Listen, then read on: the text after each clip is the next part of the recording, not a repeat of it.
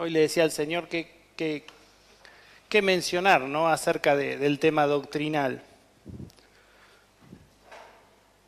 Segunda de Timoteo 4 dice: te encarezco delante de Dios y del Señor Jesucristo, que juzgará a los vivos y a los muertos en su manifestación y en su reino, que prediques la palabra. Y nosotros este texto lo usamos muchas veces y usamos el que sigue a continuación, pero dejamos de lado la advertencia con la que continúa, ¿no? Pero fíjense que Dios dice: te encarezco. Algo importante para Dios es que prediquemos la palabra, pero fíjense que va relacionado con juicio, que juzgará a los vivos y a los muertos. Que prediques la palabra, que instes a tiempo y fuera de tiempo, redarguye, reprende, exhorta con toda paciencia y doctrina, porque vendrá tiempo cuando no sufrirán la sana doctrina, sino que teniendo comezón de oír, picazón, se amontonarán maestros conforme a sus propias concupiscencias y apartarán de la verdad el oído y se volverán a las fábulas. Hay un libro que está promocionando el seminario que se llama Érase una vez. ¿Vieron que los cuentos empiezan Érase una vez? Exacto, todos los cuentos de fábulas comienzan con esta expresión, ¿no? Érase una vez. Bueno, esta doctrina de maldiciones generacionales entra dentro de este contexto, de lo que es una fábula, ¿sí? Una fábula tiene un contenido de ficción, ¿sí?, basado en un ambiente relativamente real, ¿sí?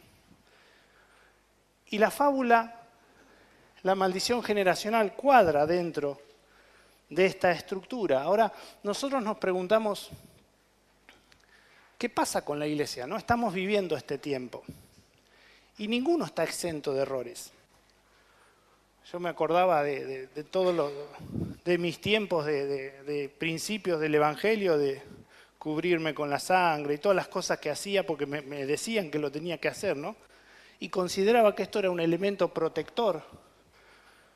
Y tantas otras cosas que uno hacía porque le decían, ¿sí? Me acuerdo de la época que tiraban el saco, de la época que te empujaban para que el Espíritu Santo te llenara, que te decían que tenías que decir la para empezar a hablar en lenguas. Y tantas cosas, ¿no? Tantas doctrinas. Esto de las maldiciones generacionales es una doctrina bastante nueva.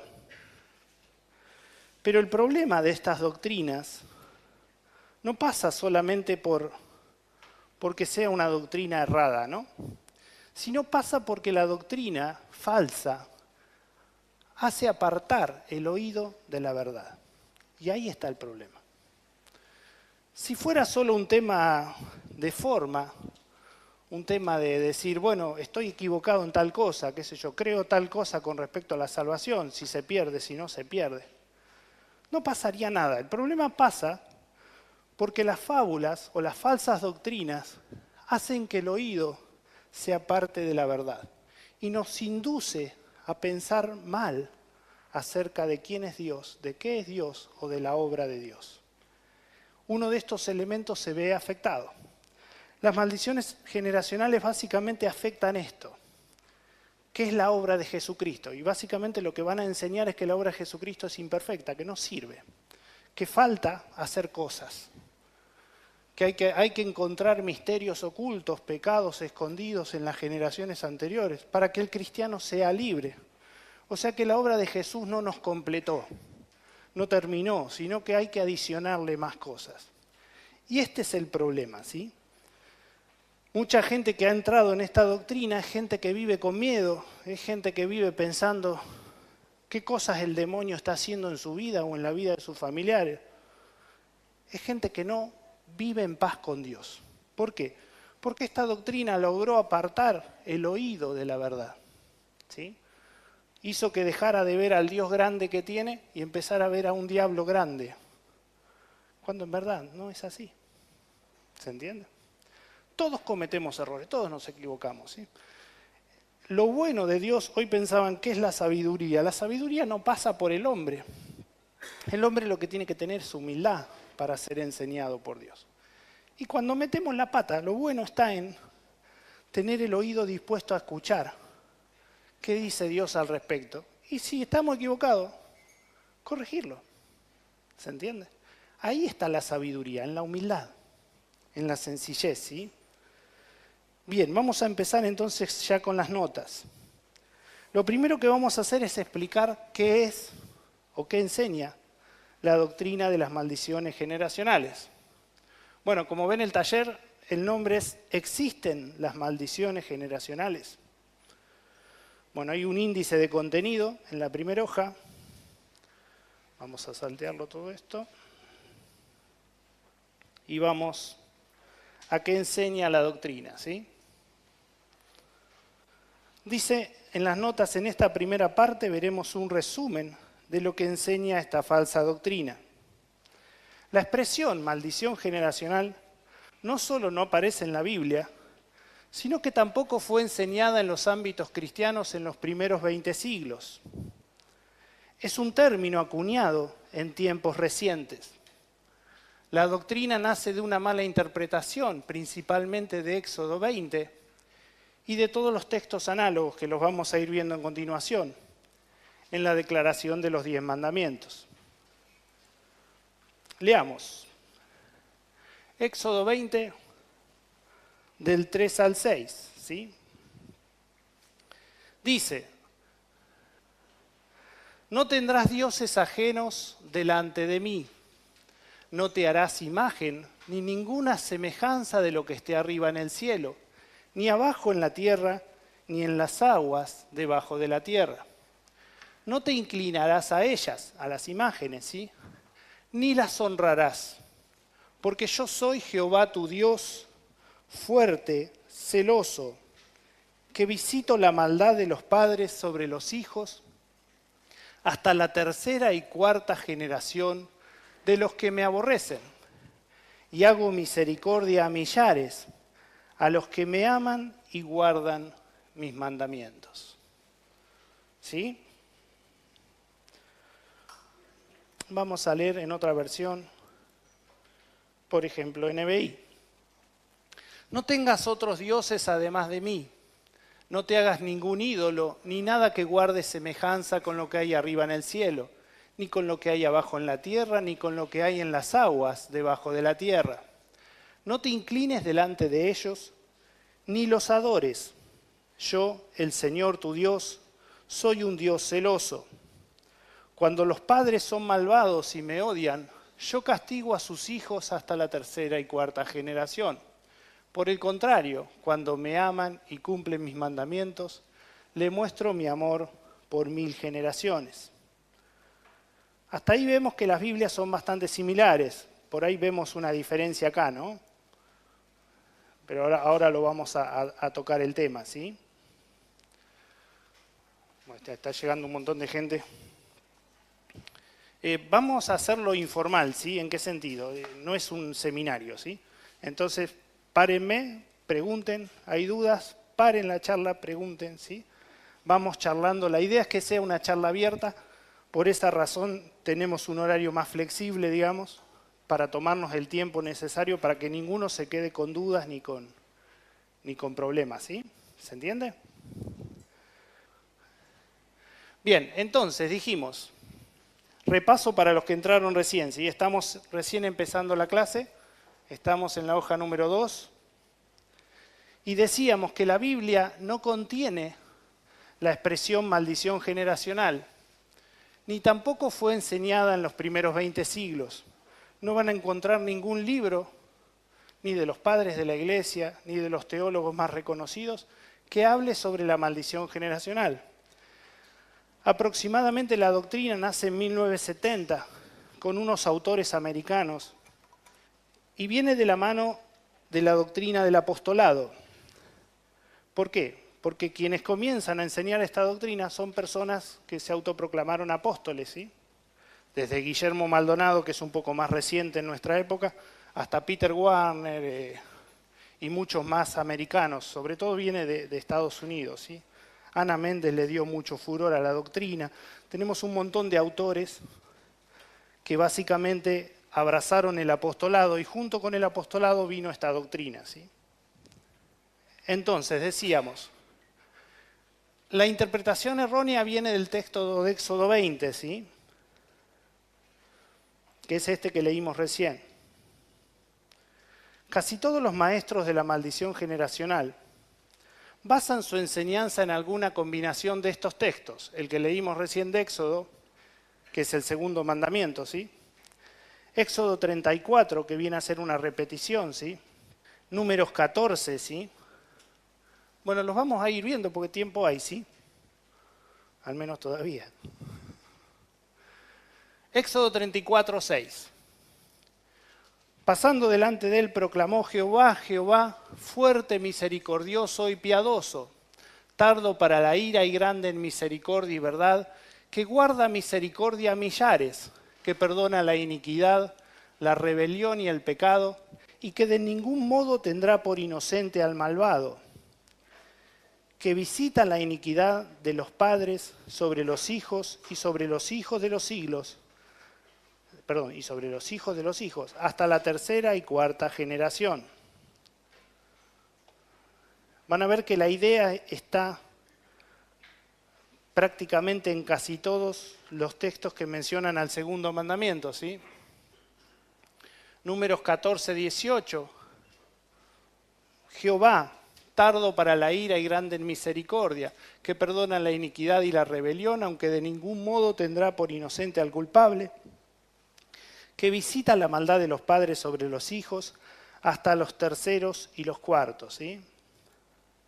Y lo mismo Deuteronomio, que dice, no te inclinarás a ellas ni las servirás, porque yo soy Jehová tu Dios, fuerte, celoso, que visito la maldad de los padres sobre los hijos hasta la tercera y cuarta generación de los que me aborrecen, ¿sí? Todos estos textos están relacionados con el segundo mandamiento, ¿sí? La prohibición de la idolatría. Lo que están viendo ahí está en el papel, ¿eh? Estoy leyendo todo lo que está en el papel. Eso es lo que vamos a ver ahora. O sea, lo que vamos a hacer es vamos a analizar qué significa la expresión, ¿sí? Y por qué la aplica, ¿sí? Lo que estamos mencionando son cuáles son las citas bíblicas que utilizan. Van a ver que cada uno de estos 4 textos que vimos contienen esta expresión, visitar la maldad de los padres sobre los hijos hasta la tercera y cuarta generación, en el contexto del segundo mandamiento. Los que enseñan acerca de la maldición generacional interpretan estos versículos como si los delitos de una persona fueran genéticamente transferidos a todos sus descendientes. En realidad la doctrina la formuló un americano, otro americano le añadió, otro le añadió, y el consenso, digamos, al que se llegó finalmente fue a una doctrina con 3 o 4 elementos, ¿sí? Entonces lo que vamos a ver es justamente en el índice, ustedes tienen los elementos de la doctrina, ¿sí? Los elementos que va a contener la doctrina, ahora los vamos a ir viendo por parte. Lo que estamos haciendo, estamos enunciando la doctrina, para los que llegaron tarde, de las maldiciones generacionales. Estamos contando lo que dicen los que enseñan la doctrina, ¿sí? No estamos diciendo que esto sea verdad, ¿sí? Estamos explicando por qué dicen eso, en qué texto se apoyan y cómo lo interpretan, ¿sí? Entonces, la interpretación que tienen ellos es que los pecados de mi papá pasaron a mí genéticamente.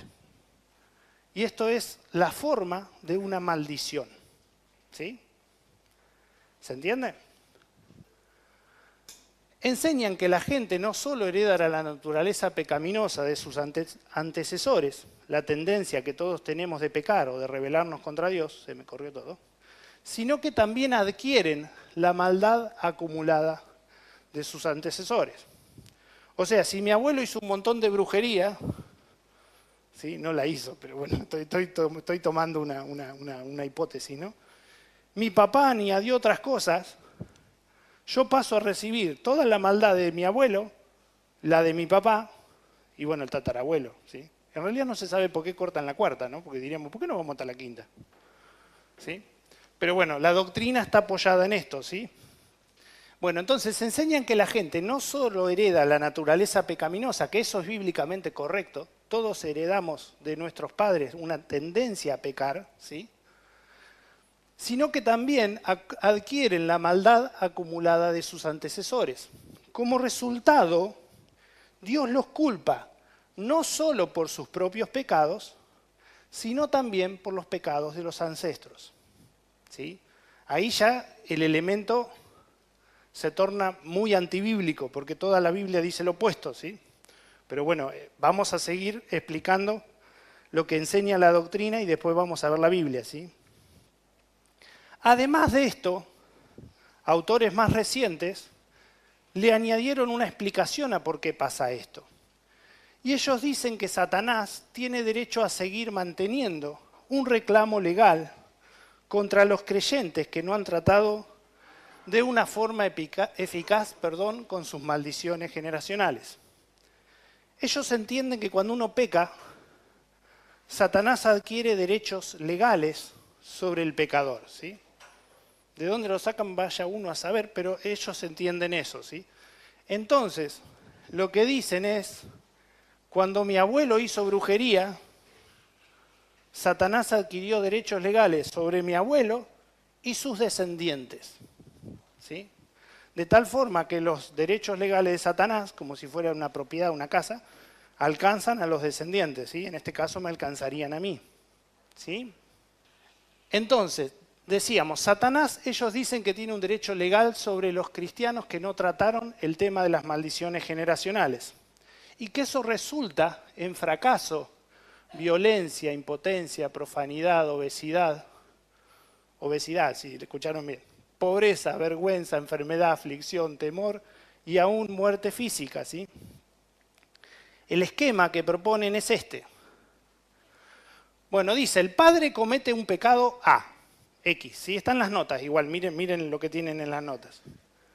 Entonces, Satanás adquiere el derecho legal sobre el padre y sus descendientes. De esta manera es Satanás quien va a propagar la maldición. Nace un hijo, ¿sí? Recibe por genética, ellos lo llaman por maldición, ¿sí? El pecado A. O sea que el hijo ya es culpable del pecado A, que era del padre. Dios culpa al hijo por los pecados propios y por los del padre, ¿sí? Le suma el pecado A. Hasta que el hijo en algún momento, dicen ellos, comete el pecado A. Y así la maldición sigue hasta que se rompa. Los proponentes, o sea, las personas que enseñan esta doctrina, avanzaron un paso más, que era lógico. Ellos concluyen que la sangre de Cristo fue derramada por los pecados de cada persona, pero que ellas deben dar un paso adicional para quitar la transgresión que hayan heredado de sus antecesores. Entonces ellos proponen que se requiere de un paso adicional para que una persona sea liberada de las ataduras que la mantienen cautiva al pecado de sus antepasados. Con Mirta, con el pastor, con Lucre, con ¿quién más? Con Nelson, fuimos a un seminario y sí, a mí también 5 años, 6. Y vino un americano y yo le compré todos los libros que pude, ¿no? Que pude y que Paula me dejó. Son esas cosas compulsivas que uno hace al cohete, porque digamos, todos esos libros están guardados en una caja como herejías ahora, ¿sí? Pero el tipo fue tan convincente en su exposición de cómo liberarse ¿cómo era el nombre del taller? Era el mismo nombre del libro. Él tenía un libro que se llamaba Venciendo la Oscuridad, otro que se llamaba, bueno, no me acuerdo, eran los 7 pasos para la liberación, una cosa así. Hasta nos dio un librito con los pasos. Y me acuerdo cuando salimos a la charla con Norberto, nos quedamos charlando ahí frente a la Rambla en Mar del Plata, y me decía, ¿qué cosa lo que enseñó este tipo? La verdad que sí, le digo, yo estaba todavía medio... Veo que uno a veces le tiran todo esto y sale turbado, pensando y repensando, ¿será así? Bueno, tengo todos los libros de este muchacho. Pero básicamente lo que él estaba proponiendo eran las maldiciones generacionales remixadas, ¿sí? Era un remix, una nueva versión. Muy inteligentemente presentado, pero con un montón de mentiras metidas dentro de algunas verdades. Entonces, claro, uno se come el pescado crudo porque tiene forma de pescado, lo ve, pero estaba contaminado, era pescado podrido, ¿sí? Y él básicamente enseñaba una serie de pasos para liberar las ataduras, ¿no? Y la ceremonia consistía en esto que está relatado acá, ¿sí? Había que listar los pecados de los antecesores, ¿sí? Listarlos, anotarlo en un papel. Había que anotarlo y después había que hablarlo, ¿sí? Porque el demonio escucha. Y si no lo escucha de tu boca, no tiene fundamento legal. Esa era la exposición, ¿no? Había que listar entonces los pecados de los antecesores hasta la cuarta generación. Yo tenía un problema, porque hasta mi abuelo yo conocía, los demás no.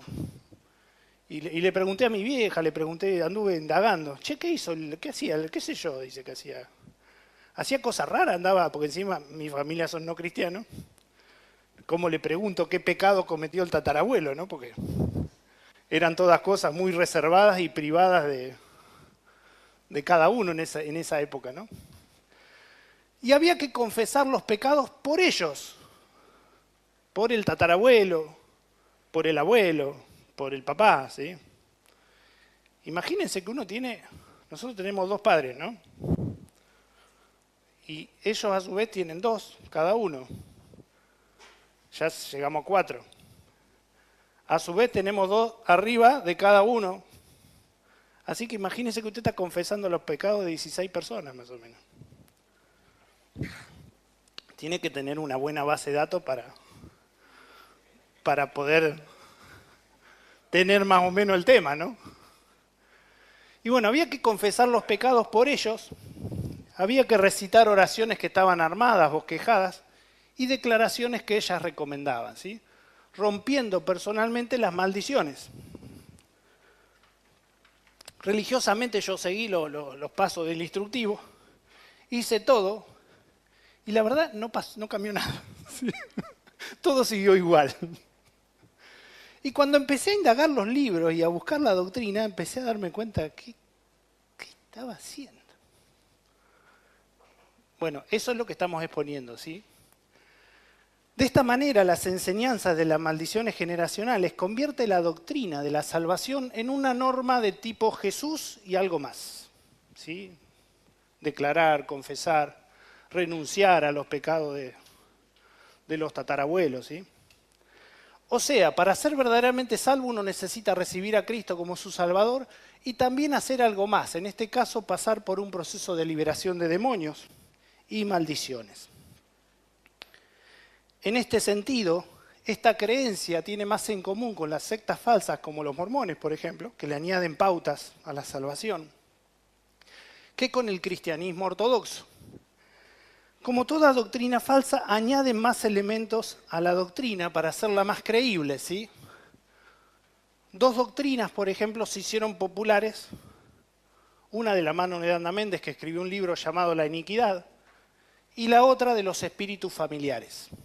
Estas 2 doctrinas se agregaron a la doctrina de las maldiciones generacionales para darle mejor forma, ¿sí? Básicamente la doctrina de la iniquidad viene a explicar cómo se transmite la maldición generacional de padres a hijos. Otra vez, repito para los que están llegando recién, ¿sí? Estamos diciendo lo que dicen las doctrinas de las maldiciones generacionales. No decimos que sea verdad, ¿sí? Primero explicamos lo que ellos enuncian para después rebatirlo, ¿sí? ¿Se entiende? O sea, vamos a tratar de dibujar con la zurda si se puede. Vamos a cortar la cadena en papá, ¿sí? Porque si no se me hace una escalera, ¿sí? Papá peca, papá peca, ¿sí? Y el pecado pasa al hijo, según lo que proponen la doctrina de las maldiciones generacionales. ¿Cómo se transmite? Bueno, ellos dicen que se transmite genéticamente, pero que lo que se transmite genéticamente es algo que ellos llaman iniquidad. ¿Cómo hacen ellos para formular esta doctrina? Bueno, ellos interpretan que la iniquidad es una raíz de maldad. Y los pecados son ramitas que salen de la iniquidad. O sea, separan la palabra iniquidad de la Reina Valera de la palabra pecado como si fueran cosas diferentes. La iniquidad pasaría a ser lo malo, lo perverso que está en la naturaleza humana, y el pecado son consecuencias, según ellos dicen, de la iniquidad, ¿sí? ¿Se entiende más o menos? Entonces, cuando papá pecó, lo que me pasó a mí genéticamente fue la iniquidad, ¿sí? Bien, eso es la iniquidad, ¿sí? Ellos enseñan que un pecado, la palabra más común para pecado en hebreo es atat, ¿sí? Que se comete con frecuencia, esto está tomado de un texto de ellos, ¿sí? Llega a convertirse en una iniquidad. Y ellos dicen que la palabra para iniquidad en hebreo es abón, ¿sí? Así que cuando compran cosméticos, ojo, ojo, porque ustedes no saben lo que están comprando, ¿sí? Claro, por eso compren otra marca, ¿sí? Entonces, el pecado repetido se convierte en abón, ¿sí? En iniquidad, ¿sí? Eso es lo que enseñan ellos. Entonces, según su enseñanza, donde uno se encuentra con la palabra iniquidad en la Biblia, tiene que entender que se trata de un pecado que trae una maldición generacional. Entonces ellos dicen, cuando usted en la Biblia lee iniquidad, está hablando de una maldición generacional. ¿Por qué hicieron esto? Porque todos los giles como yo le decían, che, ¿dónde está la palabra maldición generacional en la Biblia? No, no está, pero es iniquidad, ¿sí? Entonces cuando vos lees iniquidad tenés que entender que está hablando de maldiciones generacionales. Así, esta palabra es una referencia a pecados graves y enraizados que atan a las personas aún después de que se convierten al Evangelio. ¿Me están entendiendo más o menos la doctrina, sí? Estas iniquidades son identificadas como ataduras, heredadas de los antepasados. Los cristianos, aún después de convertidos, pueden continuar atados a estas iniquidades heredadas y no pueden salir de ellas hasta que sean rotas todas las ataduras, ¿sí? Entonces, ¿qué pasa? Cuando te hacen romper la atadura y no sale, o no cambia lo que uno pretende que cambie, te dicen, no, falta otra. Y esta es una técnica brillante, porque nunca encontrás la atadura que falta, ¿sí? Y el problema es que vos no sabés qué hacía tu tatarabuelo, ¿sí? Ahí debe estar el problema, tenés que investigar, ¿sí? Bien, así iniquidad es, según esta doctrina, un pecado hereditario que se traspasa en la herencia genética y con presencia demoníaca adjunta. Ah, eso me olvidé. Ellos dicen que el pecado en sí no conlleva un demonio, ¿sí? Pero la iniquidad sí. O sea que cuando papá pecó, produjo una iniquidad, genéticamente no solo me pasó a mí la iniquidad, sino que además me pasó un demonio que venía de regalo, venía en el paquete, ¿sí? Así que el demonio se quedó conmigo, ¿sí? El problema es si papá tiene 2 hijos, ¿con quién se va el demonio, no? Pero bueno, esos son problemas accesorios, ¿sí?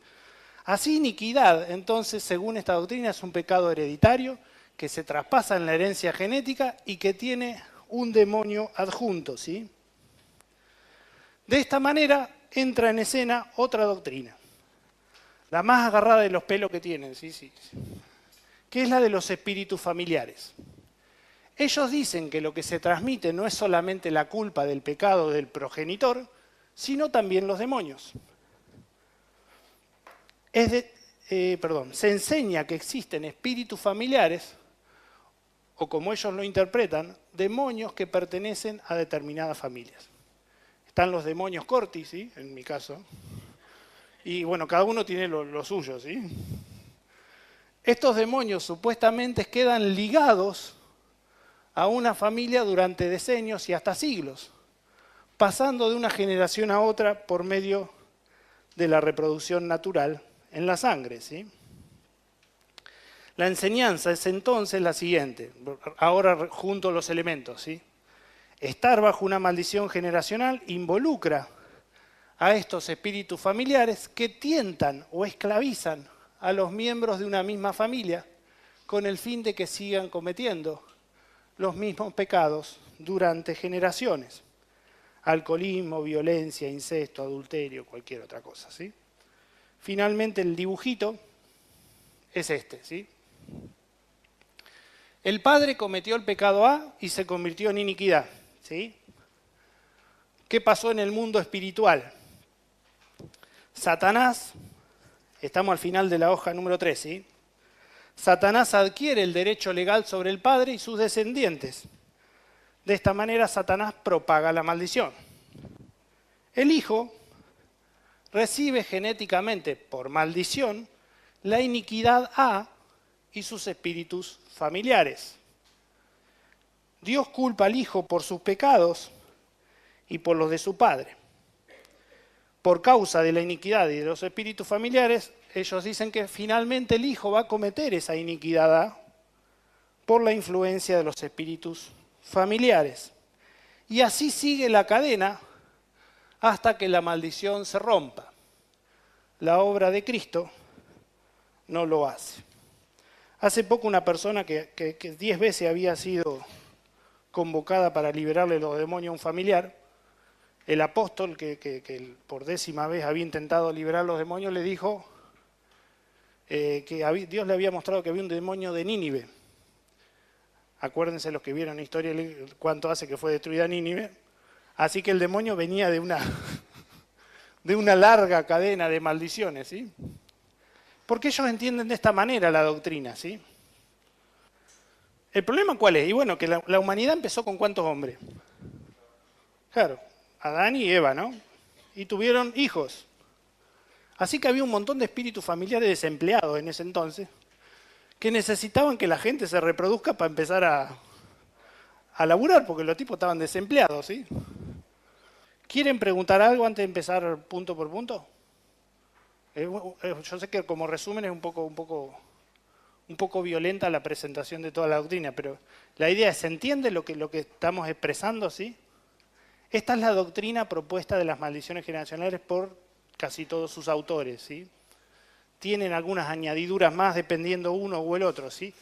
Pero esta es la doctrina, ¿sí? ¿Se entendió? Bueno, en la página 4 nosotros comenzamos a examinar cada punto de la doctrina, ¿sí? Bien, entonces, vamos a la página número 4, ¿sí?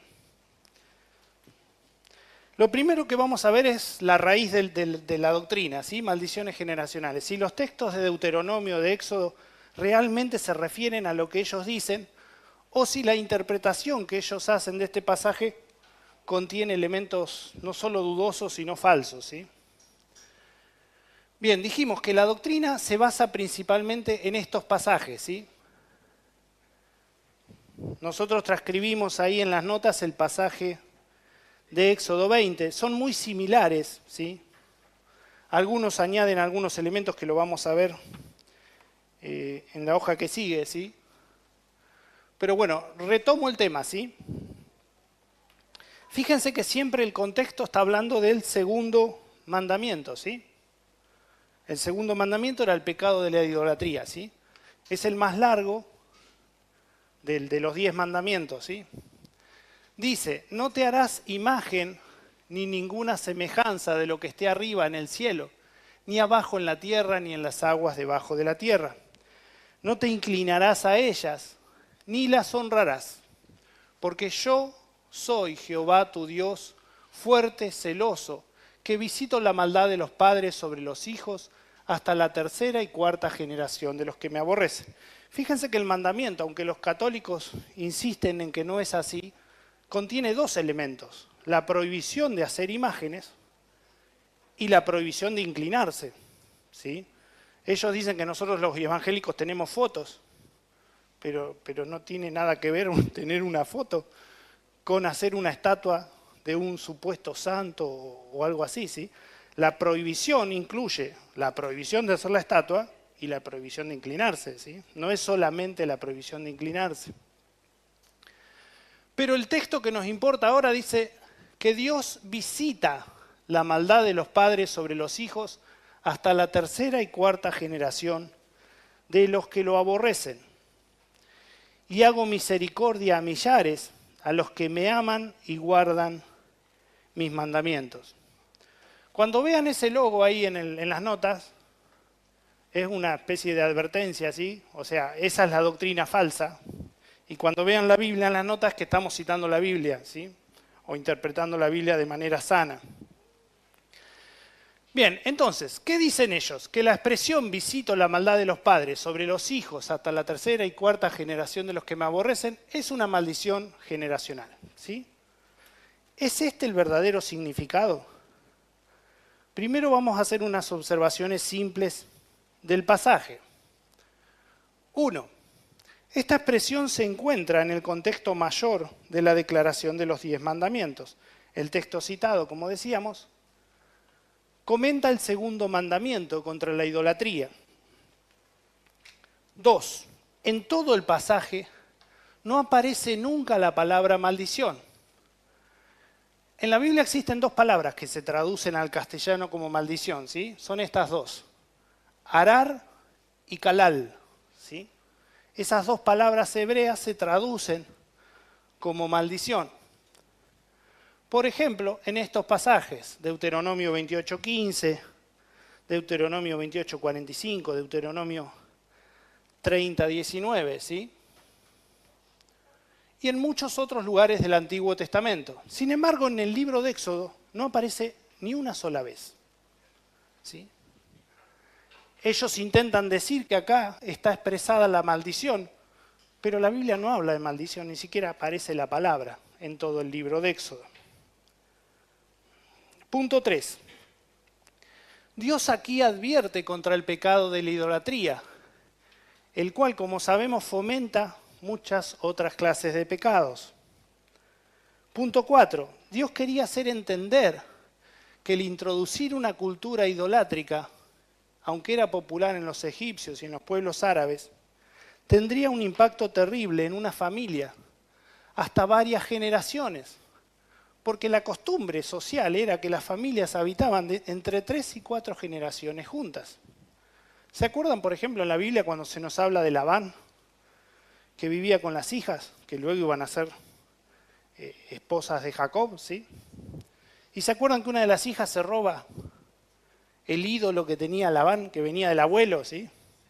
Era pasado de generación a generación. ¿Por qué? Porque hacían un ídolo, toda la familia tenía que adorar al ídolo, y el sacerdote, digamos, de la familia era normalmente la persona más anciana dentro de la estructura familiar. Por lo tanto, casi siempre era el abuelo o el tatarabuelo, en ese entonces, ¿sí?, el que oficiaba de sacerdote y hacía que toda la familia adore al ídolo, ¿sí? ¿Se entiende? Exacto. Entonces, fíjense que culturalmente vivían juntas entre 3 y 4 generaciones, que es lo que la palabra está citando, ¿sí? Porque uno lo primero que se pregunta es por qué Dios decide cortar en la 4ª generación la maldición. ¿Por qué no sigue hasta la 5ª? O la 6ª, o la 7ª, o la 8ª, ¿no? ¿Por qué Dios dice hasta la 3ª o 4ª? Bien, entonces, solamente en este mandamiento en contra de la idolatría aparece esto de los efectos nefastos del pecado sobre los hijos, los nietos y los bisnietos. Es decir, todos los que puedan ser directamente influenciados por un padre de familia idólatra. ¿Se entiende? La sociedad árabe y la sociedad egipcia, acuérdense que Israel sale de Egipto en este contexto, ¿sí? Egipto era idólatra. La mayoría de Israel metida en ese ámbito era idólatra. Por lo tanto, cuando le hacen el becerro y le dicen el becerro se llama Jehová, Aarón, ¿se acuerdan? Para ellos no es nada raro. Y todos se postran rápidamente delante del becerro y hacen una gran fiesta, ¿no? ¿Por qué? Porque venían de ese contexto, ¿sí? No hay otro mandamiento en la Biblia que contenga esta advertencia de Dios, solo el de la idolatría, ¿sí? Es notable el contraste que Dios indica, el posible castigo a quienes desobedecen, hasta 3 o 4 generaciones, y a los que le obedecen les hace misericordia por 1000 generaciones. Fíjense qué sorprendente que es la comparación. ¿Qué quiere resaltar Moisés en esto? En cuanto al juicio y la misericordia, ¿qué tan parejos son? Por más que Reina Valera lo traduce mal, ¿sí? Es un error de traducción, el de Reina Valera, el texto que estamos mencionando, ¿sí? Éxodo 20. Reina Valera traduce a millares, ¿sí? Hago misericordia a millares. Y en realidad está mal traducido porque habla de 1000 generaciones. NBI, por ejemplo, dice, le muestro mi amor por 1000 generaciones. Reina Valera contemporánea, ¿sí? O sea, la versión mejorada, digamos, ¿no? Habla de misericordia infinita, ¿sí?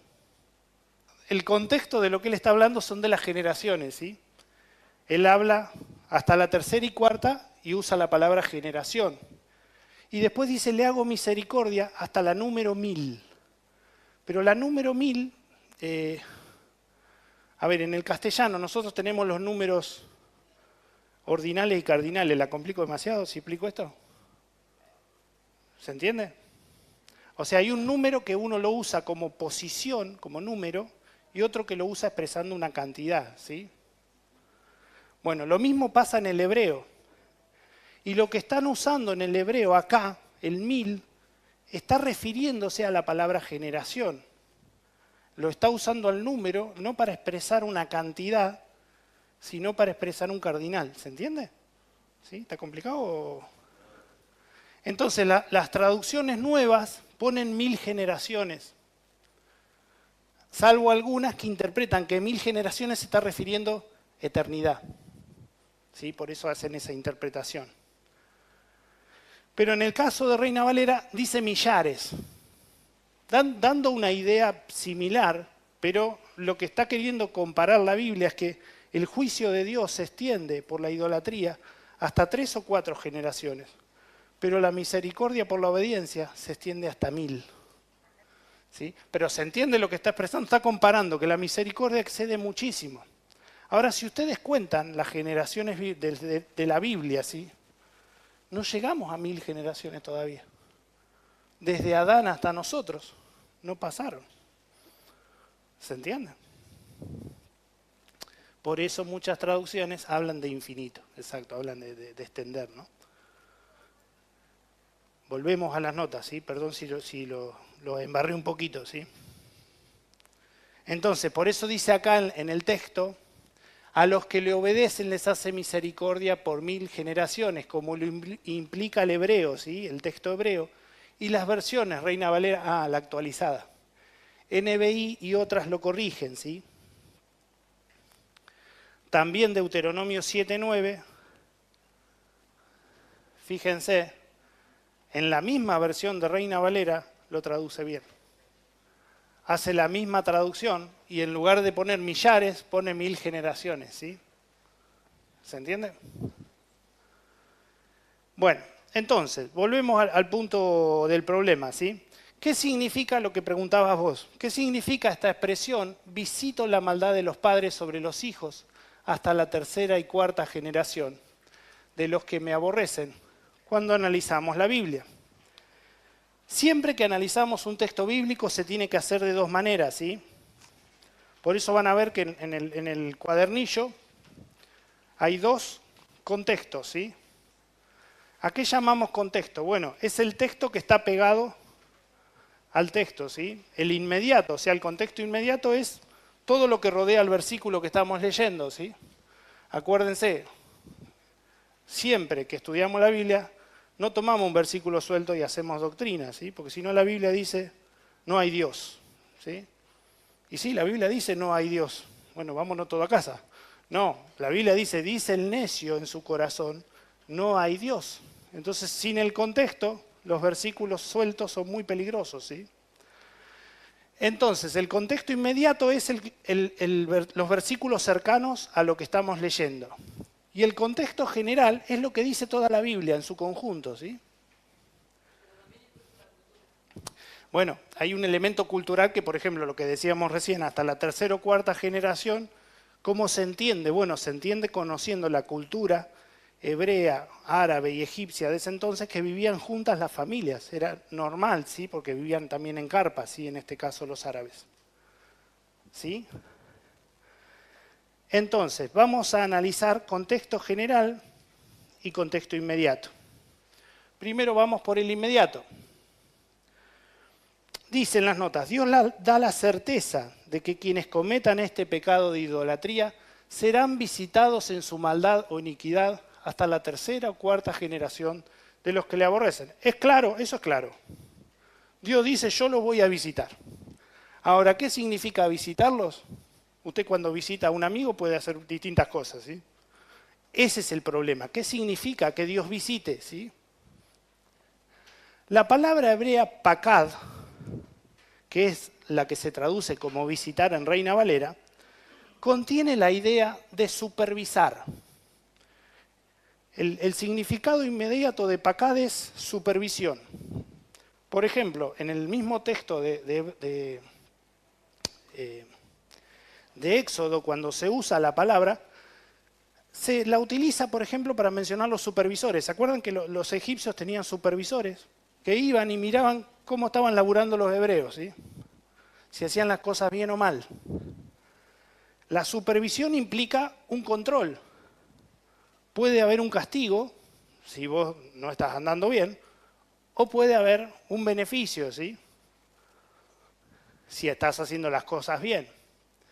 Entonces, las distintas traducciones de pakad son visitar, supervisar, contar, enrolar o castigar, ¿sí? Indica una acción que según el contexto puede ser favorable o desfavorable, incluyendo un castigo.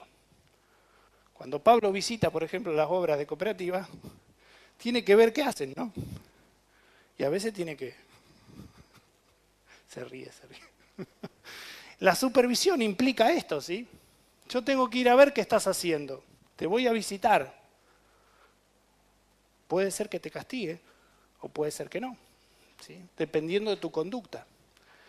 En este contexto, la idea es que Dios visitará a los hijos de quienes estuvieron expuestos o enseñados a la idolatría por sus padres, para supervisar si cometen el mismo pecado que sus padres.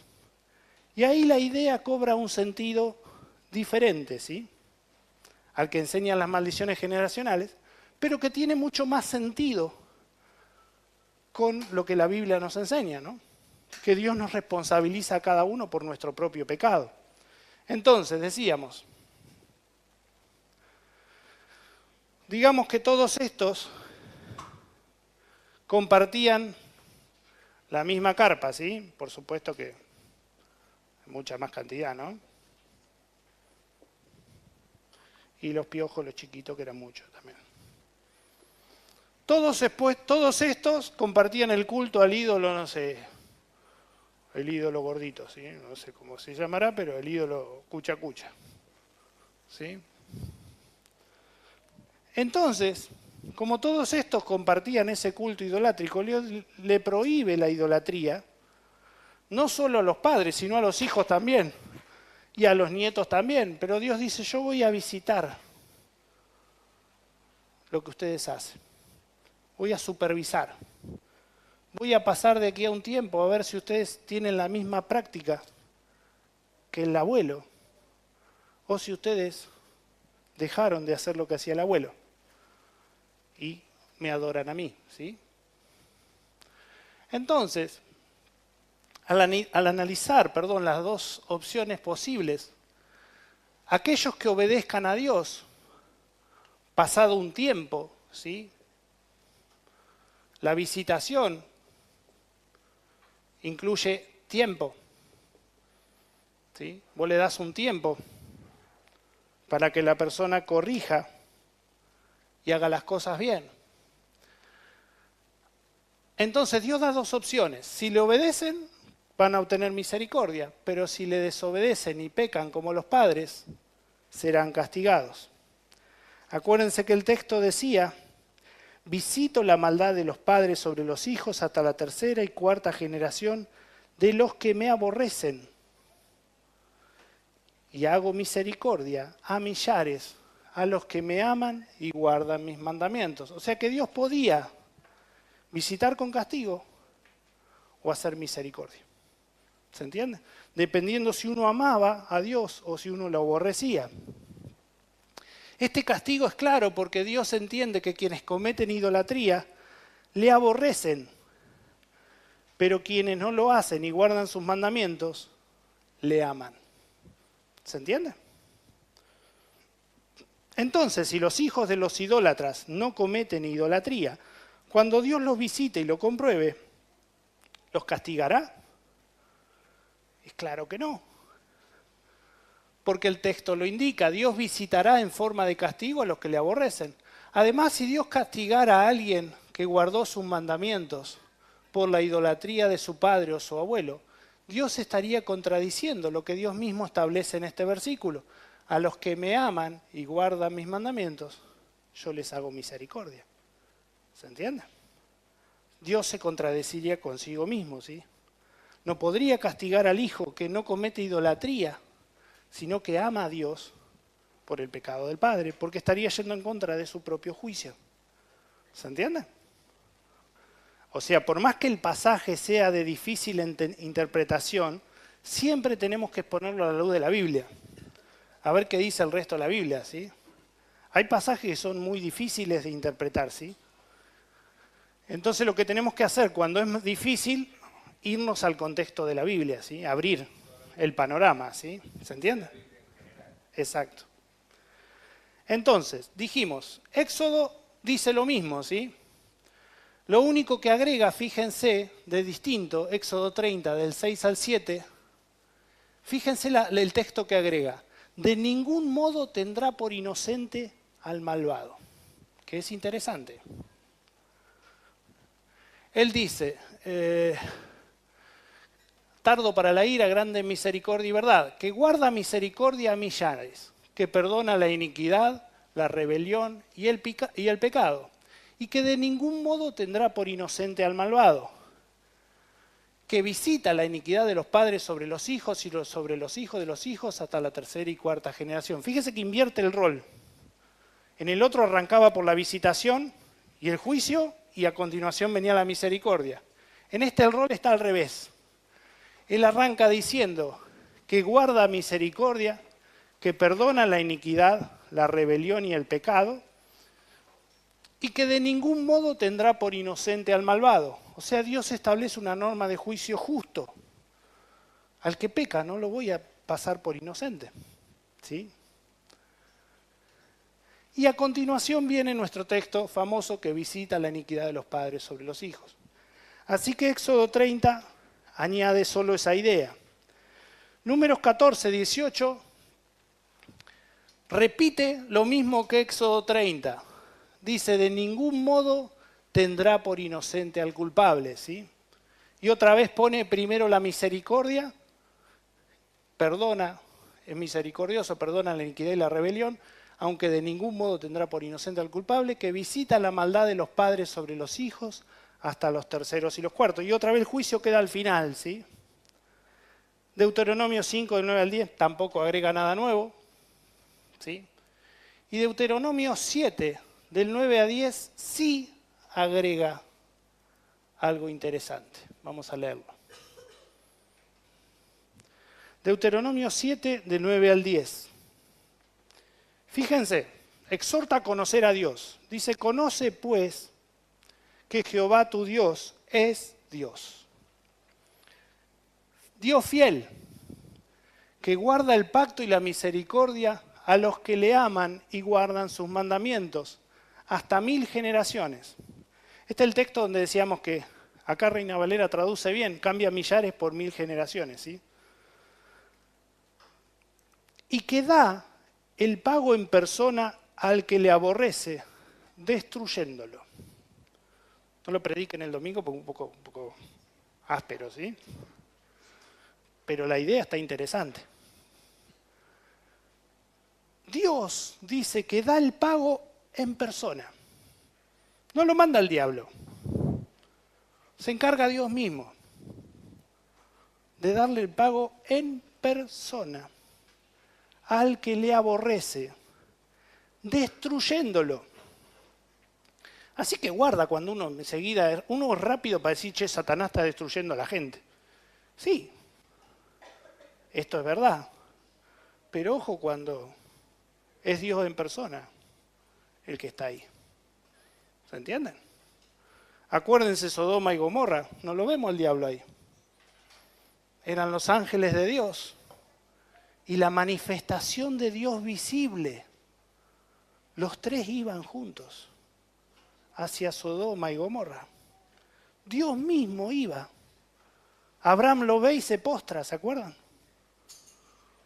¿Quién era esta manifestación visible? Bueno, concluimos que era Jesucristo, porque a Dios nadie le vio jamás. Pero ¿qué quiero decir? Dios mismo en persona se encarga. Dios da el pago en persona al que le aborrece, destruyéndolo.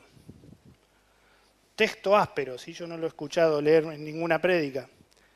Pero fíjense la vehemencia de Dios. Dice, y no se demora con el que le odia, en persona le dará el pago. Siempre hablamos de que Dios extiende la misericordia, pero este texto está diciendo, ojo que yo no tardo nada. Yo mismo en persona voy a dar el pago. Sí, no te preocupes que no me voy a demorar, no voy a llegar tarde a la cita, ¿sí? Es duro.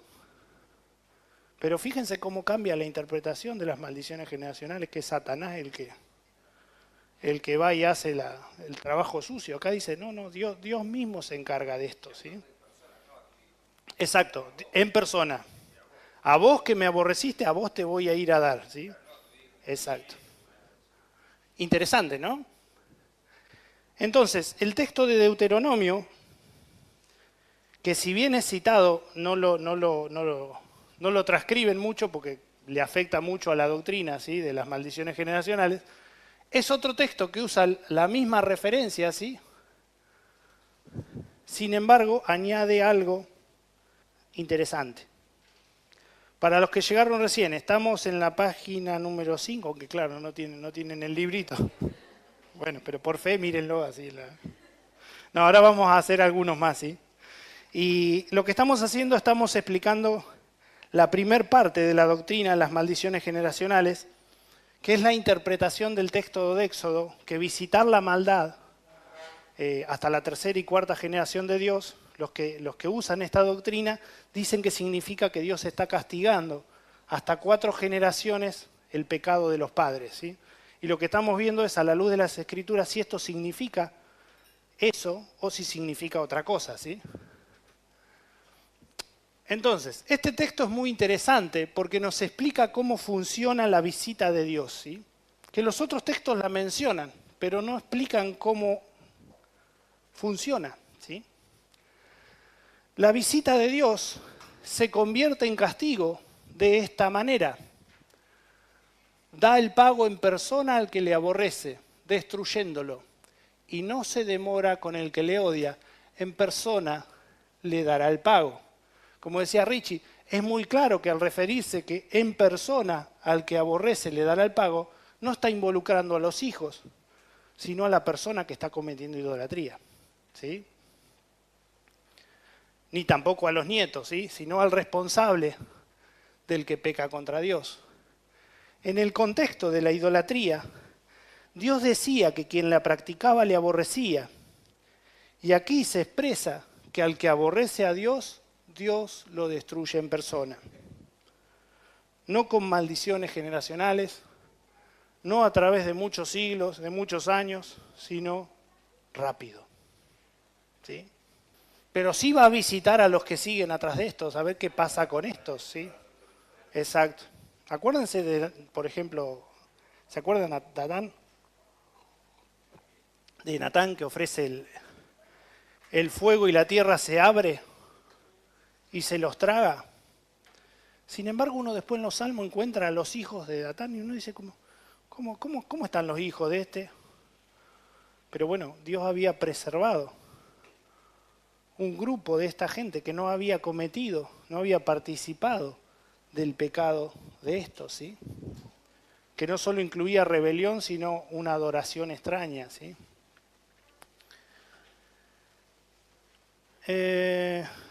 Fíjense Deuteronomio 6, del 14 al 15. Otro texto, hablando de la idolatría. Sí, dice ver también, ahí en la nota dice ver también el texto, no está el texto escrito. No, para no hacer tan largo el material, los textos no están transcritos todos, algunos sí, pero... Fíjense, Deuteronomio 6 del 14 al 15 dice, no andaréis en pos de dioses ajenos, de los dioses de los pueblos que están en vuestros contornos, porque el Dios celoso, Jehová tu Dios, en medio de ti está. Para que no se inflame el furor de Jehová tu Dios contra ti y te destruya de sobre la tierra.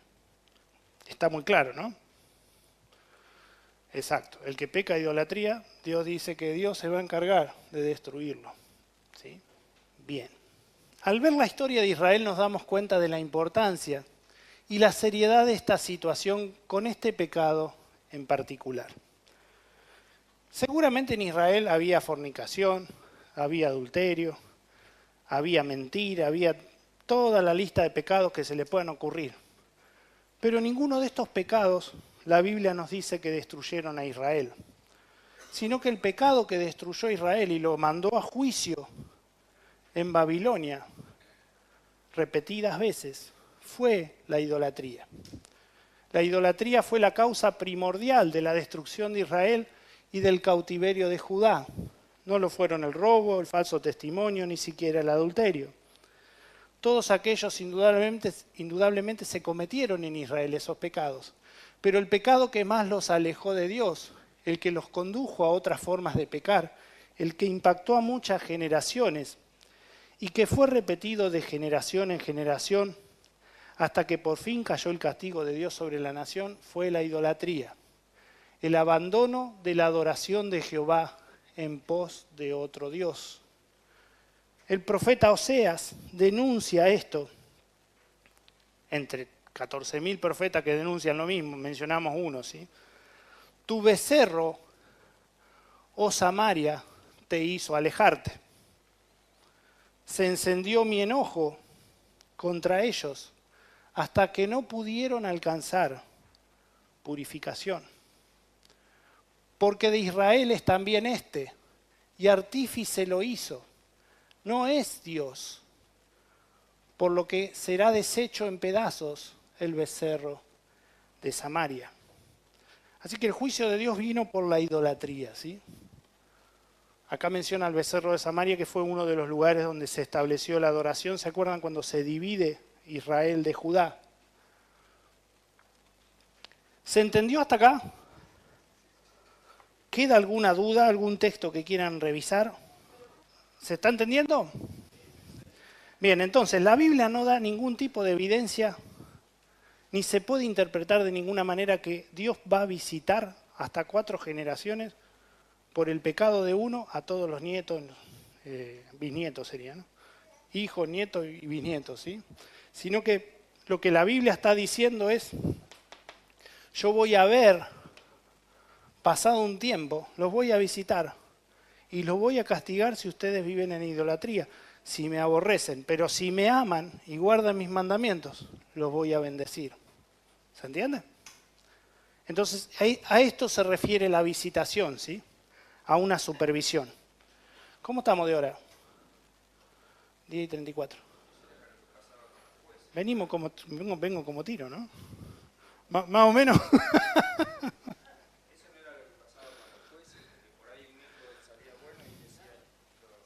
Claro, con los reyes, con los reyes. Claro, el padre era un idólatra y de golpe el hijo salió buenito, ¿sí? Claro, es que ahora lo vamos a ver eso. Ahora vamos a ver uno de esos casos. Claro.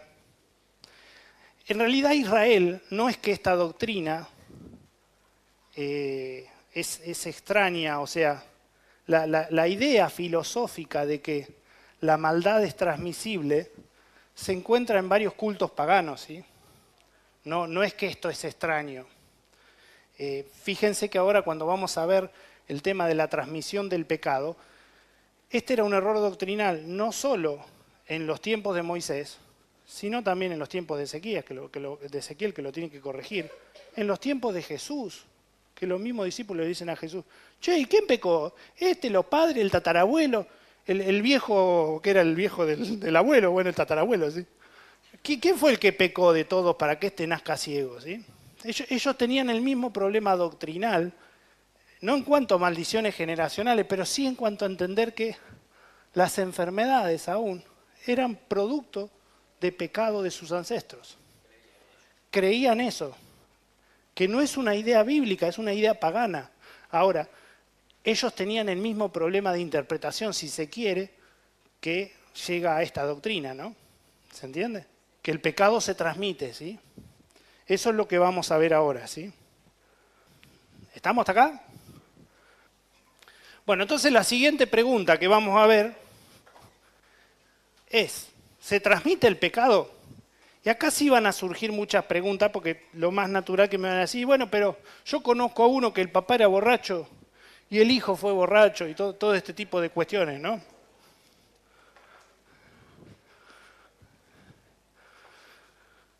Exacto, bueno, pero eso ahora lo vamos a charlar. Si hay una transmisión de pecado o hay una enseñanza de pecado. ¿Sí? Que el hijo termina imitando la conducta del padre. ¿Sí? Bien. Página 6. Ítem B2, ¿sí? ¿Se transmiten los pecados de los padres a los hijos?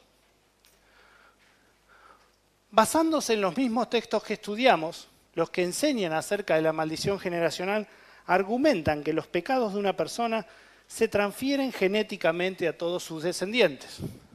Es curioso porque la Biblia no habla de genética, ¿no? Porque la genética se descubrió muchísimo tiempo después, no tanto lejano, ¿no?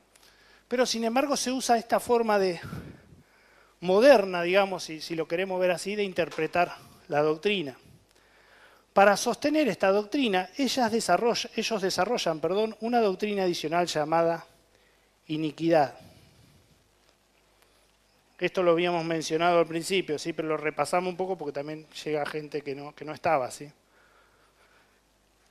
Ellos enseñan que un pecado, vamos a escribirlo acá, atat, ¿sí? Ellos dicen que cuando esto se repite, se convierte en algo que ellos interpretan como iniquidad, de la palabra hebrea abón.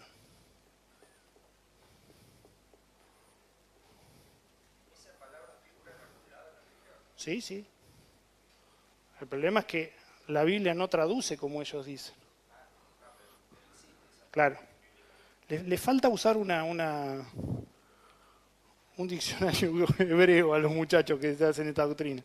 Porque vamos a ver que la Biblia no solo que no dice lo que ellos dicen, y no traduce abón como iniquidad, siempre, sino que aún intercambia las dos en los mismos textos bíblicos, traduciéndola de manera diferente o de manera sinónima, análoga. Para la Biblia las dos palabras hablan de pecado, ¿sí? No existe esta diferenciación que ellos hacen, ¿sí? Pero bueno, vamos a la doctrina de ellos, ¿sí? Entonces, ellos dicen que un pecado, atat, común, si se repite, o sea, yo le mentía a mi mamá, ¿sí? Mañana le volví a mentir a mi mamá. Pasado le volví a mentir a mi mamá. Bueno, no sé en qué espacio de tiempo, pero ellos dicen que esto se va a convertir en una iniquidad. La mentira. ¿Sí? Y una vez que esto ya se convirtió en una iniquidad, yo se la transmito genéticamente a mi hijo. Y mi hijo miente. Entonces, ¿qué textos usan? Y bueno, Abraham mentía. Ella es mi hermana, decía Abraham, ¿no? Hablando de la esposa, ¿se acuerdan? Claro, mentira al fin, ¿sí? Y los hijos veían esta conducta, ¿sí? Y bueno, llegamos hasta Jacob, que era el maestro, ¿sí? Tenía el magister, claro, hizo el doctorado en mentiras, ¿sí? Y el tipo era un versero monumental, ¿sí? Entonces, claro, ¿cómo llegó hasta Jacob esto? Bueno, por culpa de Abraham. Eso dicen los que enseñan las maldiciones generacionales, porque él mentía repetidamente, se convirtió en iniquidad, la iniquidad pasó a Isaac, le pasó a Jacob, y Jacob hizo el magister, ¿sí? Se desarrolló la gran iniquidad, ¿sí? Además, la iniquidad se transmite con presencia demoníaca adjunta. Ahí tienen un problema, porque cuando usan el ejemplo de Abraham y de Jacob, no vemos demonios presentes ni nada por el estilo, ¿sí? Sin embargo, la doctrina que ellos utilizan es que el que te obliga a pecar o el que lo obligaría a pecar a Jacob no solo sería la iniquidad, sino un espíritu familiar, el espíritu de Abraham, ¿sí? De la familia de Abraham. Nuevamente utilizan ese texto de Éxodo 25, donde se traduce, Reina Valera, dice, visito la maldad de los padres sobre los hijos. Y esa palabra sobre, ellos la entienden como la transmisión genética, ¿sí? O sea, el pecado pasa del padre sobre el hijo, ¿sí? ¿Se entiende? En este caso, la palabra abón, la que ellos dicen que tiene que ser siempre iniquidad, en el mismo texto que ellos utilizan, Reina Valera la traduce como maldad, ¿sí? Por eso no utilizan tanto el Éxodo 20, sino que usan Éxodo 34. Porque Éxodo 34, en lugar de usar maldad, Reina Valera usa iniquidad. Y bueno, sí. Lo que te conviene, no, claro, lo usás y lo que no te conviene lo dejás, ¿sí? O sea, tanto Éxodo 34 como Éxodo 20 traducen el mismo texto. La diferencia es que la traducción de Reina Valera, en lugar de usar la palabra maldad, usa iniquidad. Entonces, ese texto es el texto padre, digamos, de la doctrina para ellos, porque ellos dicen, ven que acá está hablando de iniquidad. O sea, lo que se transmite de los padres sobre los hijos y sobre los nietos es la iniquidad. ¿Se entiende? ¿Cómo construyen la doctrina? ¿Sí? Ellos argumentan que el texto bíblico indica que la iniquidad de los padres se halla sobre los hijos y que eso implica transmisión genética del pecado. ¿Se entiende la forma de pensar? ¿Sí? Bien, vamos a analizar entonces esta doctrina, si el pecado se transmite a la luz de la palabra de Dios. Contexto inmediato, o sea, lo que está en el mismo versículo, ¿sí? La preposición sobre indica sobre quién se aplicará el castigo. Nuestro texto decía esto, ¿sí? Acá está el sobre, ¿sí? El sobre, ¿qué indicaba? ¿A quién va a castigar Dios? No está hablando de una transmisión genética, sino que está diciendo, si el hijo hace el pecado, lo voy a castigar. Y los hijos de los hijos, si hacen el pecado, lo voy a castigar, ¿sí? ¿Se entiende? ¿Me están siguiendo? ¿Sí? Entonces, en el caso que los descendientes practiquen el pecado de idolatría, Dios aplicará el castigo sobre el que lo practique, ¿sí? Como en todos los pecados, es evidente el castigo sobre quien lo practica. El padre, en este caso, al indicarse, de ningún modo tendrá por inocente al malvado. Porque eso lo dice en Éxodo 34, ¿sí? El otro texto que estábamos leyendo. Lo que se añade, como lo explicamos antes, es atípico al resto de los mandamientos.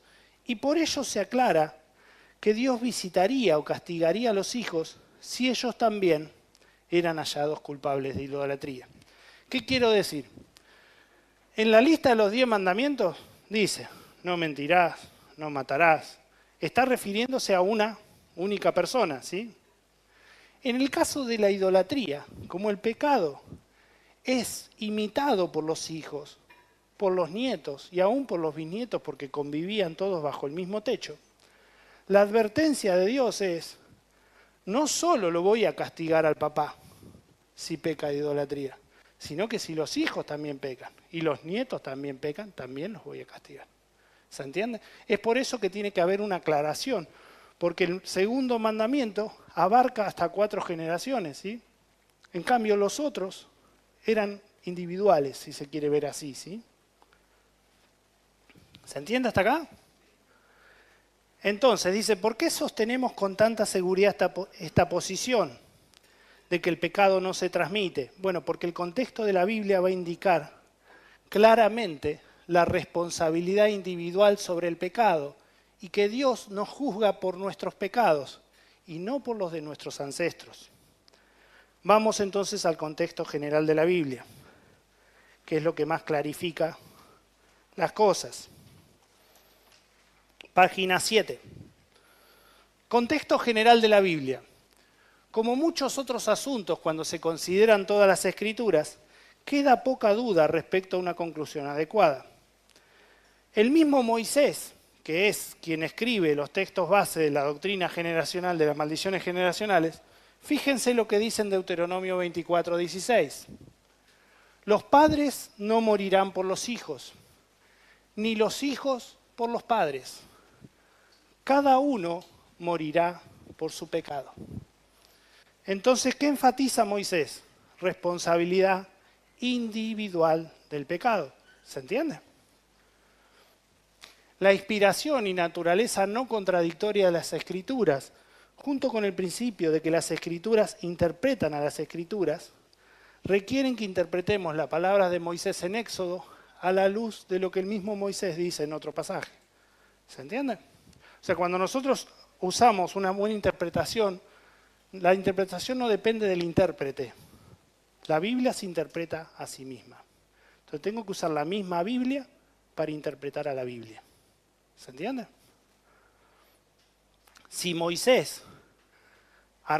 se argumenta que Moisés enseña que la maldición generacional hace que el hijo pague por los pecados de los padres, sería ilógico que el mismo Moisés diga los padres pagan por sus pecados y los hijos por los propios. ¿Sí? ¿Se entiende?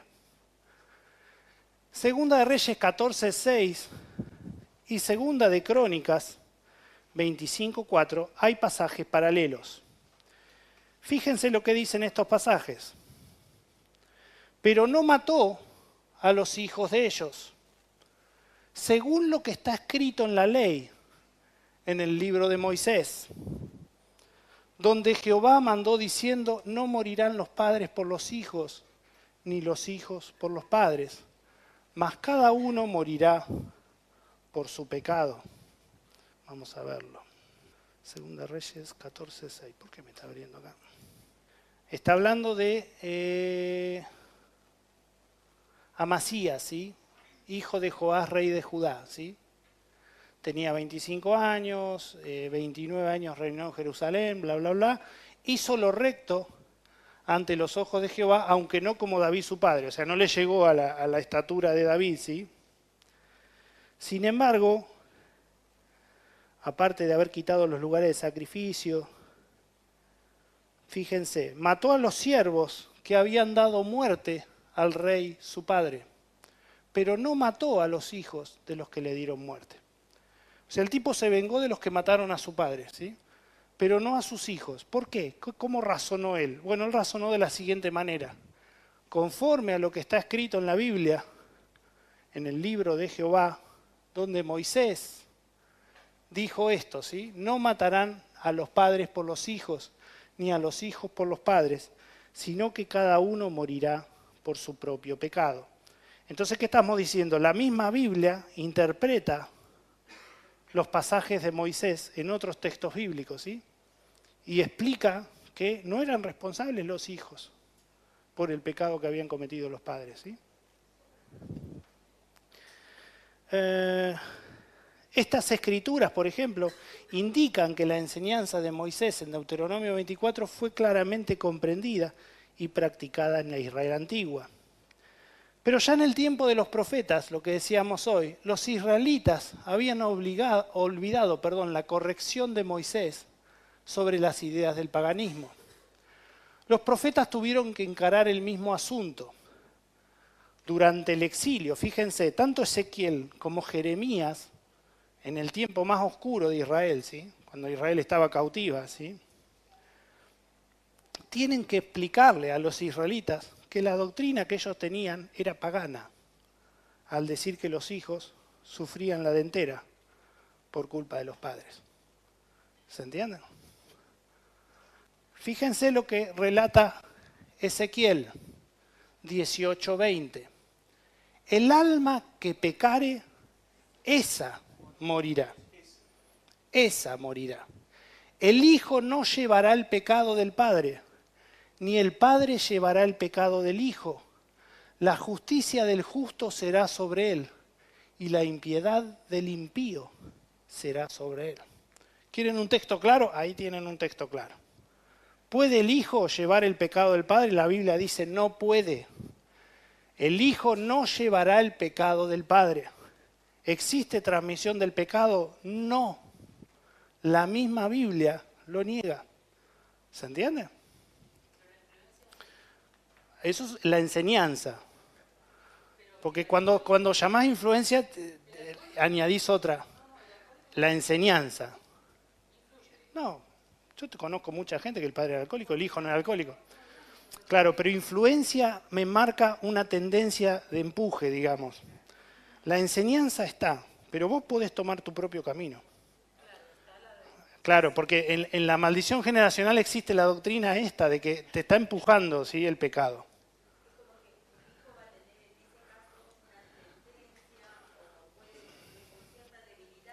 Lo aprendió del padre, claro.